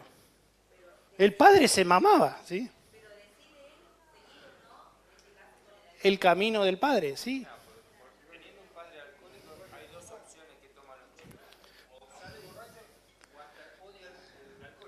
Claro, claro. Mi mamá fumaba como un escuerzo, ¿sí? Y yo aborrecía el humo del cigarrillo. Pero no es que lo decidí, lo aborrecía, era una cosa que me excedía. No, mi hermano tampoco. Ninguno de los dos probamos el cigarrillo. Pero ¿qué quiero decir? Existen conductas, sí, que te enseñan o de alguna forma te marcan una posibilidad de decir, bueno, como mi papá hacía esto, yo lo podría hacer también, ¿no? ¿Se entiende? Pero la elección es propia. No, por eso, bueno, por eso quería marcar la diferencia, porque lo que dicen los de las maldiciones generacionales, bueno, pero conocemos casos que el padre borracho, el hijo borracho y el nieto borracho. Bueno, sí, pero también hay casos de que no. O sea, yo no puedo decir está genéticamente transmitido el pecado por causa de que en el ejemplo lo vea. ¿Me entiendes? Yo no puedo hacer doctrina de una experiencia y ese es el problema de los que hablan de las maldiciones generacionales. Hacen de la experiencia doctrina y ahí le pifian porque no consultan la Biblia a ver si la Biblia dice lo mismo. Quieren usar la Biblia como excusa y esa es otra cuestión. Porque si vos en la Biblia lees esto, el hijo no llevará el pecado del padre, tu doctrina de que los hijos llevan genéticamente los pecados de los padres, se te cae a pedazos. ¿Sí? Pero ¿se entiende? O sea, el texto de Ezequiel es bastante claro, o sea, no necesita mucha añadidura, ¿sí? La justicia del justo, o sea, el que vive haciendo lo bueno, sobre él va a estar la justicia. Y el que vive haciendo lo malo, sobre él va a estar la impiedad o el castigo del pecado, ¿sí? ¿Se entiende? Jeremías, también contemporáneo de Ezequiel, a los judíos, no a los que estaban cautivos, sino a los que estaban en Jerusalén, que tenían el mismo error doctrinal, fíjense lo que les dice. En aquellos días no dirán más, los padres comieron las uvas agrias y los dientes de los hijos tienen la dentera. O sea, por culpa de los viejos que se comieron la uva, los hijos tienen la dentera. ¿Por qué usaban esa ilustración? Para decir que el pecado que ellos estaban sufriendo era culpa de los viejos, no de ellos. Ellos eran buenos. ¿Cómo puede ser que nos está pasando esto? ¿Sí? Una excusa. sino que cada cual morirá por su propia maldad. Los dientes de todo hombre que comiere las uvas agrias tendrán la dentera. ¿Se entiende? Estos pasajes son claros. En efecto, este es el principio de que las Escrituras interpretan a las Escrituras. Los pasajes difíciles tienen que ser interpretados con pasajes más claros, como estos dos, que son muy claros, ¿sí? De que el pecado no se transmite. Ya se me complica un poco retomar lo que venimos hablando hasta ahora, pues vamos por la página 7, ¿sí? Pero estamos tratando los puntos de las maldiciones generacionales, cada una de las doctrinas que ellos enseñan, ¿sí? Fíjense lo que le pasa a Jesús, que es lo que decíamos hoy. Al pasar Jesús vio a un hombre ciego de nacimiento y le preguntaron los discípulos diciendo: Rabí, ¿quién pecó, este o sus padres, para que haya nacido ciego? Respondió Jesús: no es que pecó este, ni sus padres, sino para que las obras de Dios se manifiesten en él. ¿Sí? Pero ¿cuál era el problema que tenían? Que en la época se creía lo mismo. Los judíos utilizaban esta misma frase de sus antepasados, que la dentera venía porque los viejos se comieron las uvas, ¿sí? Y esta es una de las cosas que más pega en las doctrinas de las maldiciones generacionales. Es más fácil, y perdónenme que se lo diga así rústicamente, ¿no?, echarle la culpa de mis pecados a mis viejos y a mi abuelo, que asumir delante de Dios que peco porque me gusta. Y ese es el problema. Cuando pecamos, pecamos porque nos gusta. Por más que nos cueste decirlo así delante de Dios, no le echen la culpa al viejo, no le echen la culpa al tatarabuelo. Asuman que el pecado es propio, ¿sí? Ese es el primer paso para la sanidad. Porque mientras yo le viva echando la culpa a los otros, yo me eximo de buscar qué problema tengo yo, porque el problema lo tienen los otros. ¿Se entiende? El problema lo tuvieron mis viejos, el problema lo tuvieron mis abuelos. Yo la verdad que me la ligué sin tener nada que ver. ¿Qué le pasaba? Bueno, los discípulos tenían el mismo punto de vista pagano, de que la culpa y el pecado se heredaban. Jesús, sin embargo, enfatiza la gloria y la gracia de Dios. Jesús también afirmó, ¿se acuerdan la mujer a la que le dice vete y no peques más? Si Jesús le dice que no peque más, ¿existía la posibilidad de que no peque más? ¿O Jesús le está mintiendo? Claro que existía la posibilidad de que no peque más, ¿sí? Las palabras de Jesús sugieren que el perdón de Dios basta para alcanzar un grado tal de transformación espiritual que produzca un cambio de vida. Jesús creía en una adúltera, la mujer, ¿sí? Jesús creía que la mujer a quien acababa de perdonar era libre de escoger si permanecería en el pecado o se apartaría de él. No se hace ninguna referencia a que necesitara una fórmula adicional de renunciar a los pecados de adulterio, ¿sí? Sino simplemente aceptar la gracia y el perdón de Dios. Las palabras de Pablo cuando dice en Romanos 2, 5 y 6 que Dios pagará a cada uno conforme a sus obras, y porque todos compareceremos ante el tribunal de Cristo, de manera que cada uno de nosotros dará a Dios cuenta de sí, no del abuelo ni del tatarabuelo. Enfocan la responsabilidad individual, que está claramente en todo el Nuevo Testamento, ¿sí? Entonces, los pasajes del Antiguo Testamento se tienen que ver a la luz del Nuevo, porque es donde está la luz. Hacer doctrina del Antiguo Testamento solo es justamente el principal error que cometen la mayoría de los que hacen doctrinas torcidas. Agarran el Antiguo Testamento, le quieren dar un margen de espiritualidad a lo que están interpretando y lo sacan del contexto bíblico, ¿sí? Claramente la Biblia enfatiza que no se transmite, ¿sí? En ningún lugar la Biblia me dice que el pecado se transmite, ¿sí? Vimos que los profetas, Moisés, el mismo Jesús, ¿sí?, entiende que el pecado es responsabilidad propia y solamente eso, ¿sí? Moisés también trató de corregir el paganismo en sus días, Pero para el tiempo de los profetas el pueblo había vuelto a sus caminos paganos. Los profetas trataron de corregir el paganismo de sus días, pero para el tiempo de Jesús había pasado lo mismo. La iglesia hoy tiene el testimonio de Moisés, de los profetas, de Jesús, de los apóstoles, junto con el Nuevo Testamento, la plenitud del Espíritu Santo y los dones del Espíritu. No obstante, se vuelve a meter esta doctrina pagana en la iglesia del siglo 2000. ¿Qué quiero decir? Son viejas artimañas del diablo con nuevas presentaciones.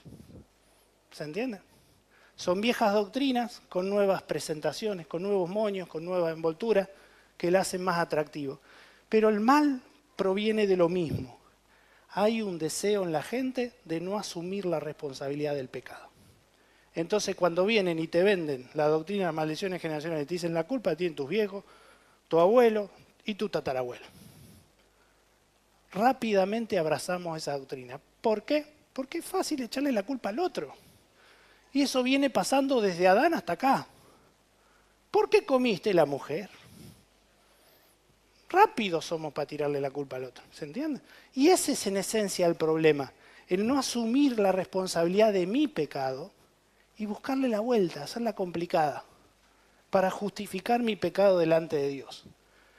Que me lo enseñaron mis viejos, que me lo enseñó mi abuelo, que ellos lo cometieron, que es un hábito, lo que sea que le quiera presentar a Dios, está mal.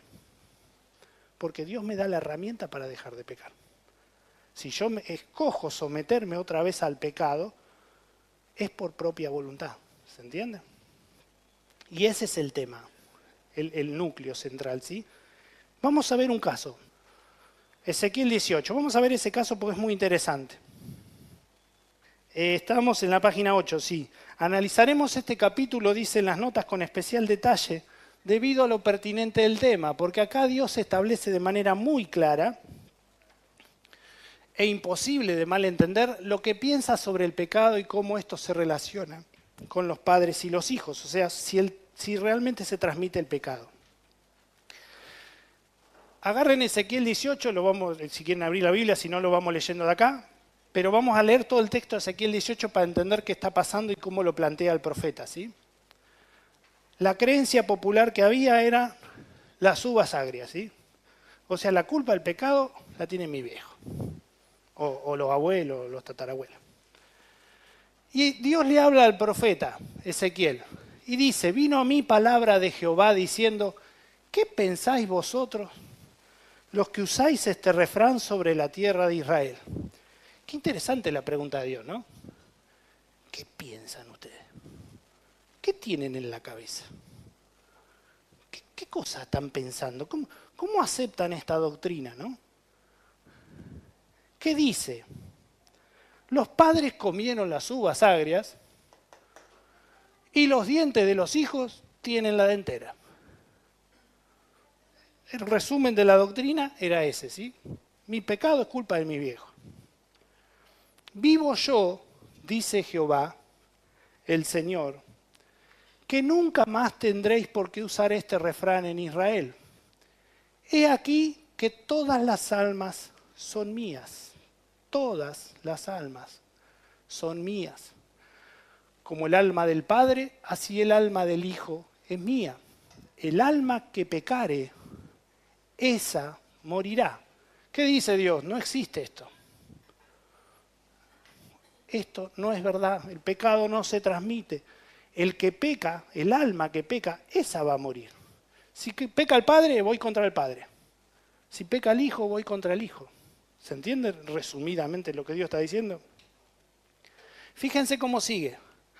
Los judíos en Babilonia, en cautiverio, citaban un refrán que reflejaba su creencia en la doctrina del traspaso del pecado. Decían que los padres comieron uvas agrias y a los hijos se les destemplaron los dientes, ¿sí? Con esto querían decir, nuestros padres pecaron, por eso nosotros estamos sufriendo en Babilonia. No es justo. Y ahí está el tema. ¿Era verdad que estaban en Babilonia por el repetido pecado de idolatría? Sí, era verdad. Ahora, ¿ellos no habían pecado de idolatría? No, era falso. ¿Se entiende? ¿Dónde estamos? No es justo. Dios no es justo al castigarnos por algo que no hicimos. Estamos bajo una maldición que no merecemos. Dios confronta a tal prepotencia de parte de los judíos exiliados con este mensaje dado por el profeta Ezequiel. Les afirma que están en el exilio de manera justa y merecida porque Dios no castiga al inocente. El profeta les enseña que Dios juzga a cada uno por separado. Él es el amo y el juez de cada vida. Fíjense un detalle. Podía haber hijos que nacieron en el cautiverio, ¿no? ¿Esos eran responsables del pecado de idolatría? No. Pero sí hay consecuencias. ¿Se entiende? De manera práctica. Si mi viejo se tomaba todo el vino y se gastaba toda la plata, en casa faltaba comida. ¿Había consecuencias? Y sí. ¿Es eso una maldición generacional? No. Es consecuencia sencilla, clara del pecado, ¿se entiende? Si a mi viejo le gustaba el juego y se gastó la casa, hipotecó la casa por jugar en el bingo, ¿sí? No es el caso, pobre viejo, no hizo nada de todo esto que estoy diciendo. Lo estoy usando como un ejemplo nada más, ¿sí? ¿Es culpa del hijo que la casa esté hipotecada por el padre? No, es consecuencia. ¿Se entiende? Pero no puedo hablar de maldición generacional, sí de responsabilidad y de consecuencia inmediata, porque vivimos todos en la misma casa, ¿sí? Fíjense cómo sigue entonces. A partir de acá Dios desarrolla la explicación de la doctrina, del versículo 5. Dice, el hombre que fuere justo e hiciere según el derecho y la justicia, que no comiere sobre los montes. ¿Cuál era el problema de comer sobre los montes? Claro, se está refiriendo a un contexto idolátrico, ¿sí? Se hacían comidas sacrificiales sobre los montes. No está diciendo que no hay que tomar un picnic arriba del cerro, ¿sí? Por favor, usemos la Biblia con sentido, ¿sí? Exacto, claro. Claro. Ya cierra la ventana, se suspendió el destino turístico, ¿sí? Cierra la ventana, está prohibido, ¿sí? Ni alzare sus ojos a los ídolos de la casa de Israel, ni violare la mujer de su prójimo. Fíjese que empieza a decir el hombre que no haga ninguna de estas cosas, ¿no? Ni se llegare a la mujer menstruosa, ni oprimiere a ninguno, que al deudor devolviere su prenda, que no cometiere robo, que diere su pan al hambriento y cubriere al desnudo con vestido, que no prestare interés ni tomare usura, que de la maldad retrajere su mano, e hiciere juicio verdadero entre hombre y hombre. En mis ordenanzas caminare y guardare mis decretos para hacer rectamente. Este es justo. ¿Qué está diciendo? El hombre que guarda mis mandamientos, resumidamente, ese tipo es justo. ¿Sí? Este vivirá, dice Jehová el Señor. ¿Por qué? Porque hace justicia. Entonces Dios lo va a bendecir. El caso del hijo pecador, fíjense que ahora dice, mas si engendrare hijo ladrón, derramador de sangre, o que haga alguna cosa de estas, y que no haga las otras, sino que comiere sobre los montes, que violare la mujer de su prójimo, al pobre y menesteroso oprimiere, cometiere robos, no devolviere la prenda, o alzare sus ojos a los ídolos e hiciere abominación, prestare interés y tomare usura, ¿vivirá éste? No vivirá. Porque todas estas abominaciones hizo. Ahora, él dice, hay un justo, ¿sí? Este es bueno. Pero el hijo de este es malo. Dios dice, este va a vivir por su justicia, pero la justicia de este no pasa al hijo. Este va a morir por su maldad. ¿Sí? Vamos a poner maldad acá. ¿Se entiende? ¿Sí? Era un hijo del justo, ¿sí? El tipo había andado joya. Nunca taxi, era una belleza el tipo, ¿sí?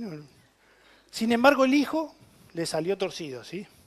Hizo todo lo que se le ocurrió, todo en contra de Dios. Entonces dice Dios, ¿ese vivirá? No. Hasta acá, ¿qué estaríamos diciendo? ¿Se transmite las bendiciones de la justicia? No. La justicia mía me alcanza a mí. A mis hijos de alguna manera se transmite una bendición. ¿En qué sentido? ¿Existe una bendición sobre ellos? ¿En qué sentido? En que ellos ven a papá actuar bien. ¿Sí? En que Dios bendice mi casa y por extensión mis hijos que están en mi casa alcanzan esa bendición. Pero cuando ellos tomen su propio camino, Dios los juzga por su camino, no por el mío. ¿Se entiende? Ahí no hay bendición generacional, si se quiere decir, transmitida, ¿sí? Sino que Dios los va a juzgar por su camino. El caso del nieto vendría a ser, ¿sí? Pero si el malo, engendrare hijo, el cual viere todos los pecados que su padre hizo. El tipo lo vio, estaba ahí. Compartía la casa con el padre, ¿sí? Veía todas las barbaridades que hacía el padre. Y viéndolos, no hiciere según ellos, no comiere sobre los montes, ni alzare sus ojos a los ídolos de la casa de Israel. La mujer de su prójimo no violare, ni oprimiera a nadie, la prenda no retuviere, ni cometiere robos. Al hambriento diere su pan y cubriere con vestido al desnudo. Apartare su mano del pobre, interés y usura no recibiere. Guardare mis decretos y anduviere en mis ordenanzas. Este no morirá por la maldad de su padre. De cierto, vivirá. Este es el hijo, y el malo tiene un hijo que le sale bueno. ¿Sí? Es justo también. Exacto. ¿Qué dice Dios? Este tipo va a vivir. Fíjense, Dios se excusa por la conducta del padre, la conducta del hijo. No. Vos sos responsable de tu camino. Tu hijo chupaba, problema tu hijo.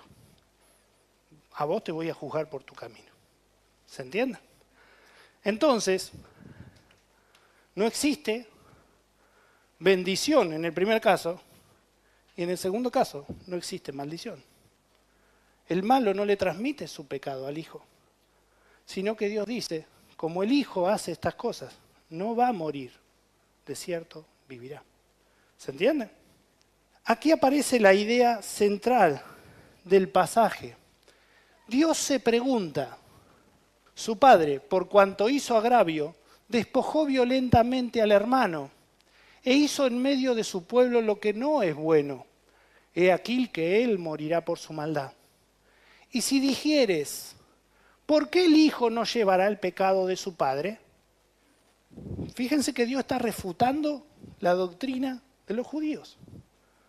Porque Dios dice, ustedes me van a preguntar, ¿por qué el hijo del pecador no va a llevar la maldad del padre? ¿Por qué yo no lo tengo que castigar al hijo por lo que hizo el padre? ¿Sí? Porque el hijo hizo según el derecho y la justicia, y guardó todos mis estatutos, y los cumplió, de cierto vivirá. El alma que pecare, esa morirá. El hijo no llevará el pecado del padre, que es el texto que leíamos hoy al principio. Ni el padre llevará el pecado del hijo. La justicia del justo será sobre él, y la impiedad del impío será sobre él. ¿Ven la claridad del texto? ¿Sí? Por eso estos textos claros interpretan los textos más oscuros. Aunque el texto no es oscuro, porque a nadie se le ocurrió en los 2 siglos que llevamos de cristianismo hablar de maldiciones generacionales hasta 1970. Entonces cuando uno sale una doctrina nueva que ninguno abrazó antes, uno lo primero que tiene que decir, ¿de dónde salió esto? ¿A quién se le ocurrió esta genialidad? ¿Por qué ninguno de nuestros padres la creyó esta doctrina ni la practicó? ¿Qué pasó acá? ¿Estaban todos equivocados? 2 siglos de cristianos se equivocaron y de golpe surge una doctrina nueva que clarifica y que trae luz. No, la doctrina nueva que surge no clarifica, sino que trae oscuridad, ¿sí?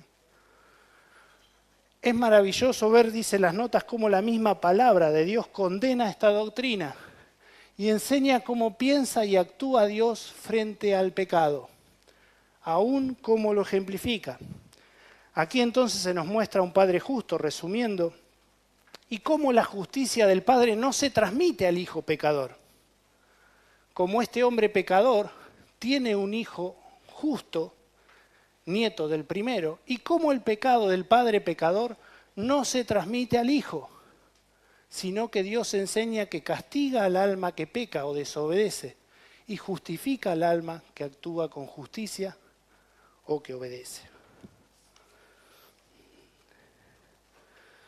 Bien, una vez más queda muy claro que no existe el traspaso o la transferencia del pecado, sino que cada uno es responsable delante de Dios por su propio pecado.